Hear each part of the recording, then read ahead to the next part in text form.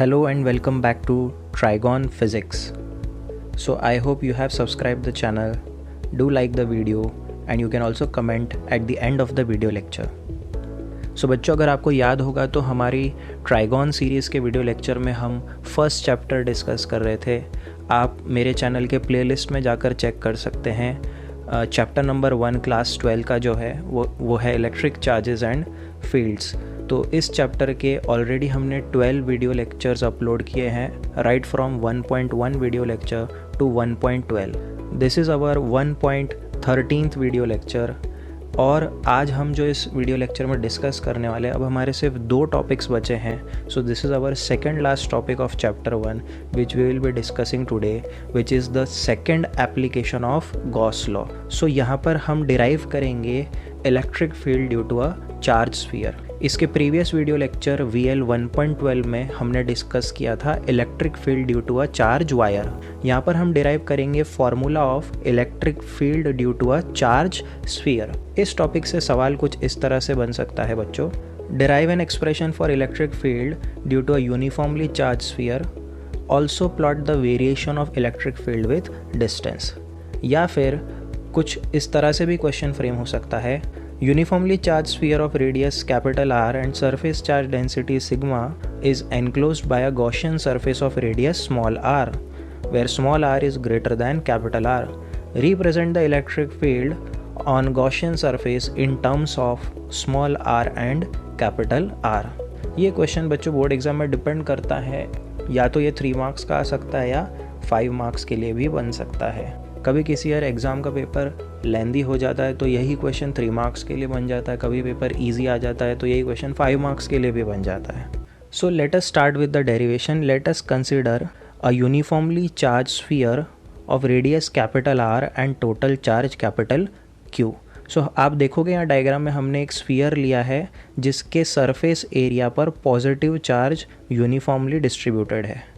Assume करते हैं कि इस स्फीयर का रेडियस है कैपिटल R और जो स्फीयर का टोटल चार्ज है वो क्या है बच्चों, कैपिटल Q।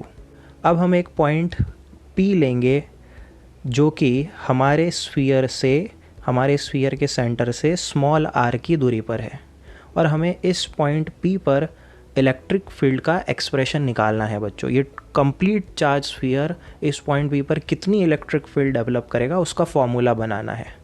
सो इलेक्ट्रिक फील्ड किसी भी पॉइंट पर डिटरमाइन करने के लिए अगर आपके पास एक चार्ज डिस्ट्रीब्यूशन बॉडी है, उस बॉडी के वजह से किसी भी पॉइंट पर इलेक्ट्रिक फील्ड आपको डिटरमाइन करना है तो आपको गॉस लॉ लगाना पड़ेगा। और गॉस लॉ लगाने के लिए आपको पहले उस चार्ज बॉडी को गॉसियन सरफेस से एनक्लोज करना पड़ेगा। तो जिस किसी भी पॉइंट पर आप इलेक्ट्रिक फील्ड निकाल रहे हो, मेक श्योर करिए कि आपका गॉसियन सरफेस उसी पॉइंट पर लाई कर रहा है। तो हमने एक गॉसियन सरफेस ले लिया है जिसका खुद का रेडियस क्या हो गया बच्चों, स्मॉल r हो गया, जो कि पॉइंट P का भी डिस्टेंस स्मॉल r ही है। सो इस पॉइंट P पर हमें इलेक्ट्रिक फील्ड डिटरमाइन करना है जो कि हमारे गॉसियन सरफेस पर है जिसका रेडियस है स्मॉल r। अब क्योंकि हमारे स्फीयर के सरफेस एरिया पर चार्ज यूनिफॉर्मली डिस्ट्रीब्यूटेड है तो हम कह सकते हैं कि चार्ज का डिस्ट्रीब्यूशन का नेचर कैसा है, वो एरिया पर डिस्ट्रीब्यूटेड है, तो हम कहेंगे चार्ज पर यूनिट एरिया स्फीयर के लिए क्या हो गया, कांस्टेंट। क्योंकि पूरे सरफेस एरिया पर चार्ज इक्वी स्पेस्ड है तो हम कह सकते हैं चार्ज पर unit area on the surface of sphere is constant, और हम उस कांस्टेंट को डिनोट कर रहे हैं सिग्मा से। इस सिग्मा को हम क्या कह सकते हैं, surface charge density. So charge distributed per unit area is called as surface charge density. तो ये कांस्टेंट रहेगा बच्चों, क्योंकि यूनिफॉर्मली चार्ज डिस्ट्रीब्यूटेड है तो सरफेस चार्ज डेंसिटी भी यूनिफॉर्म रहेगी, तो हम उसे कह रहे हैं लेट इट बी सिग्मा। अब जैसा हमने कहा कि इलेक्ट्रिक फील्ड के एक्सप्रेशन डिटरमाइन करने के लिए मेन सिर्फ 2 स्टेप होते हैं। तो जो हमारा सबसे पहला स्टेप होगा वो होगा let us frame the expression of electric flux by definition. So as per definition हो गया phi is equal to EA cos theta. तो यहाँ पर इलेक्ट्रिक फील्ड और एरिया वेक्टर के बीच का एंगल हम क्या ले रहे हैं बच्चों, 0 डिग्री ले रहे हैं। तो आप देख सकते हो इस पॉइंट P पर जो इलेक्ट्रिक फील्ड लाइंस रहेगी वो कुछ ऐसी रहेगी। तो ये हो गई हमारी इलेक्ट्रिक फील्ड लाइंस, और इसी पॉइंट P के लिए जो एरिया वेक्टर रहेगा वो भी सेंटर से होता हुआ ही निकलेगा, और वो एरिया वेक्टर भी क्या रहेगा बच्चों, ए वेक्टर रहेगा, वो नॉर्मल रहेगा सरफेस एरिया के और एरिया के आउटवर्ड जाएगा। तो एरिया वेक्टर और इलेक्ट्रिक फील्ड लाइंस के बीच में एंगल क्या हो गया, 0 डिग्री, जिसे हमने लिख दिया E इंटू 4πr²। तो याद रखिएगा हम फ्लक्स किसके लिए कैलकुलेट कर रहे हैं, हम फ्लक्स हमेशा हमारे गॉसियन सरफेस के लिए कैलकुलेट करते हैं। तो ये हमारा गॉसियन सरफेस है जिसके लिए हम फ्लक्स डिटरमाइन कर रहे हैं। तो जो हमने सरफेस एरिया का जो फॉर्मूला लिखा है वो गॉसियन सरफेस के लिए लिखा है जिसका रेडियस है स्मॉल r।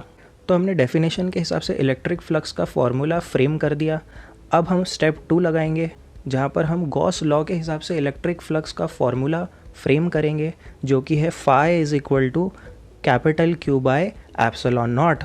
तो आप देख रहे हो जो हमारा गॉसियन सरफेस है, जो हमारा बाहर वाला स्फीयर है, वो कितने चार्ज को एनक्लोज कर रहा है। तो हमारे इस स्फीयर के सरफेस पर टोटल चार्ज कितना है, Q। तो हमने लिख दिया total charge enclose divide by ε0। अब आपको पता है इस एक्सप्रेशन से कि जो चार्ज पर यूनिट एरिया है वो क्या है बच्चों, इट इज़ सिग्मा। तो चार्ज क्या हो जाएगा बच्चों, चार्ज हो जाएगा आपका टोटल चार्ज एनक्लोज हो जाएगा सिग्मा इंटू एरिया। तो हमने चार्ज को इन टर्म्स ऑफ कांस्टेंट लिख दिया sigma into area. So you have replaced Q by sigma into area divide by ε0।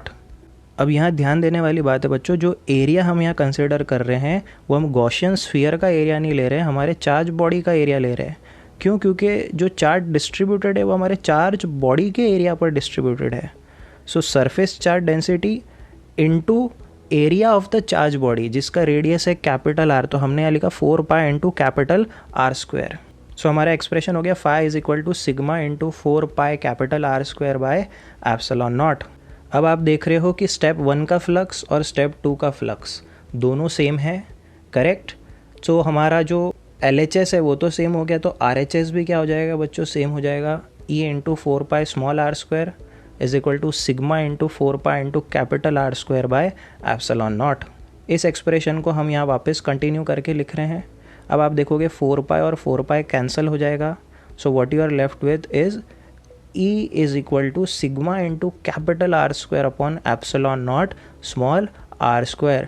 And this is the final expression of electric field at any point P outside the charge sphere.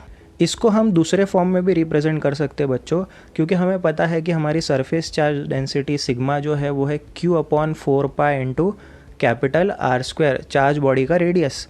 तो हम यहाँ क्या कर सकते हैं बच्चों, ये जो सिग्मा की वैल्यू है इस एक्सप्रेशन में हम इंसर्ट कर सकते हैं। We can replace sigma with Q/4π into R²। So हमने सिग्मा की जगह लिखा Q/4πr² into R² divided by ε0 into small r²। अब R² कैंसिल हो गया। सो फाइनली इलेक्ट्रिक फील्ड को हम डिफरेंट वे में भी लिख सकते हैं। E is equal to Q/4π ε0 into small r²। So this is the other way to represent electric field at any point P due to a charge sphere. So आप देख सकते हो ये हमारा मान लीजिए चार्ज स्फीयर है और हमने पॉइंट P ले लिया यहाँ पर, जो कि सेंटर से कितनी दूरी पर है, स्मॉल r की दूरी पर है। सो इस लोकेशन पर ये जो हमारा चार्ज स्फीयर है जो इलेक्ट्रिक फील्ड डेवलप करेगा यहाँ पर, वो कितनी डेवलप करेगा, r की दूरी पर Q/4π ε0 into small r², correct. So this is the other way to represent electric field. So हमारा पहला expression in terms of surface charge density, दूसरा expression in terms of total charge of sphere. So these are the two ways to represent the electric field due to a charge sphere. So previous slide में हमने देखा कि हमारा जो point P था वो charge sphere के बाहर था। अब मान लेते हैं कि हमारा पॉइंट P चार्ज स्फीयर के अंदर है। सो अगर हमारा पॉइंट P चार्ज स्फीयर के अंदर होगा तो हमें हमारा Gaussian surface inside the charge sphere बनाना पड़ेगा कुछ इस तरह से। सो आप देख सकते हो इस डायग्राम में हमने एक गॉसियन स्फीयर ले लिया इनसाइड द चार्ज स्फीयर। हम inside the sphere electric field determine करने की कोशिश करेंगे। एज्यूम करते हैं हमारे गॉसियन स्फीयर का रेडियस जो है वो है स्मॉल r। अब बच्चों आप बता सकते हो इस गॉसियन स्फीयर के अंदर क्या कोई चार्ज एनक्लोज हो रहा है? जवाब है नहीं, there is no charge enclose. तो फ्लक्स क्या हो जाएगा? ज़ीरो, और इलेक्ट्रिक फील्ड भी क्या हो जाएगी? Zero. And this is the answer, inside the charge sphere there is no electric field. So आप देख सकते हो there is no charge enclosed inside the Gaussian surface. So phi zero हो गया, सो ई ए भी zero हो जाएगा। So therefore हमारा इलेक्ट्रिक फील्ड भी क्या हो जाएगा? 0 हो जाएगा. So inside the sphere your electric field is 0. अब आपको पता है हमने outside the sphere electric field का एक्सप्रेशन डिटरमाइन किया which is Q/4πε0 r². Inside the sphere हमें पता है इलेक्ट्रिक फील्ड 0 है, तो हम इसके लिए बच्चों ग्राफ प्लॉट कर सकते हैं. सो हमने ले लिया हमारे y एक्सिस पे इलेक्ट्रिक फील्ड, x एक्सिस पे डिस्टेंस ले लिया. सो आप देख सकते हो जो ग्राफ का वेरिएशन होगा वो कुछ इस तरह से बनेगा. इसको समझने के लिए हम एक चार्ज स्फीयर लेते हैं और एज्यूम करते हैं हमारा point P inside the sphere है. सो हमें पता है इनसाइड द स्फीयर तो इलेक्ट्रिक फील्ड 0 है. कब तक 0 है? सेंटर से लेके सरफेस तक कहीं भी पॉइंट P रहेगा, इन सभी लोकेशंस पर इलेक्ट्रिक फील्ड क्या रहने वाली है? 0. सो जब तक हमारा पॉइंट P का जो डिस्टेंस x है वो स्फीयर के रेडियस से कम रहेगा तब तक हमारी इलेक्ट्रिक फील्ड क्या रहेगी बच्चों? 0 रहेगी. चार्ज स्फीयर के जस्ट बाहर पॉइंट P रहेगा तो वहाँ पर बच्चों इस पर्टिकुलर लोकेशन पर इलेक्ट्रिक फील्ड मैक्सिमम हो जाएगी, जो आप इस ग्राफ में यहाँ देख सकते हो. अब जैसे जैसे पॉइंट P स्फीयर के बाहर से दूर जाता जाएगा electric field inverse square proportion में घटती जाएगी. सो ये आप इस ग्राफ में देख सकते हैं. So electric field decreases outside the charge sphere and is 0 inside the charge sphere. So कुछ इस तरह से आपको ग्राफ मिलेगा. सो बच्चों जैसा मैंने कहा ये डेरिवेशन या तो 5 मार्क्स के लिए भी बन सकता है, 3 मार्क्स के लिए भी बन सकता है. कल हम हमारे इस फर्स्ट चैप्टर की वीडियो सीरीज़ का लास्ट टॉपिक डिस्कस करने वाले हैं and we will wind up this chapter from the point of view of derivations. आने वाले दिन में हम इस चैप्टर से और भी इंपॉर्टेंट क्वेश्चंस और न्यूमेरिकल डिस्कस करेंगे. Till then you must stay tuned for the channel and subscribe if you have not.